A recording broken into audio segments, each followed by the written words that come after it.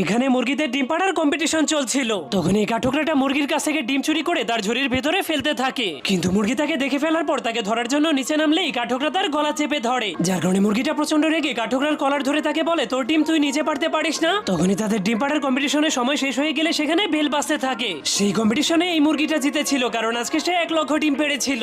এতগুলো ডিম পাড়ার কারণে সেখানে থাকা সবগুলো মুরগি অনেক খুশি হয়ে যায়, কারণ তাদের মালিক বলেছিল যে সব থেকে বেশি ডিম পাড়তে পারবে তাকে বাইরে নিয়ে ছেড়ে দেওয়া হবে। যার কারণে মুরগি আর কাঠঠোকরা সেই মুরগিটাকে মুক্তি পেতে দেখে অনেক খুশি হয়ে তাকে টাটা দিতে থাকে। এরপর কাঠঠোকরাটা বলতে থাকে, এর পরের কম্পিটিশনে আমি সব থেকে বেশি ডিম পারবো। কিন্তু তখনই সেখানে তাদের মালিক চলে আসে। এই জন্য মালিককে দেখে সবগুলো মুরগি অনেক ভয় পেয়ে পালিয়ে যেতে পারলেও মালিক সেই কাঠঠোকরাটাকে ধরে ফেলে। এরপর মালিক তাকে জিজ্ঞেস করে, তুই মাত্র 3টি ডিম পেড়েছিস কেন, আর ডিম কোথায়? তখন কাঠঠোকরা মালিককে বলে, আমার প্রচন্ড ক্ষুধা লেগে যাওয়ার কারণে আমি আর বেশি ডিম পারতে পারিনি। এই জন্য মালিক তাকে খাবার খাওয়ানোর জন্য নিয়ে যায়, কিন্তু সেখানে 3জনকে খাবার খেতে দিলে কাঠঠোকরা একাই সবার খাবার খেয়ে ফেলে, যার কারণে সে এত বেশি খাবার খাওয়ার কারণে এত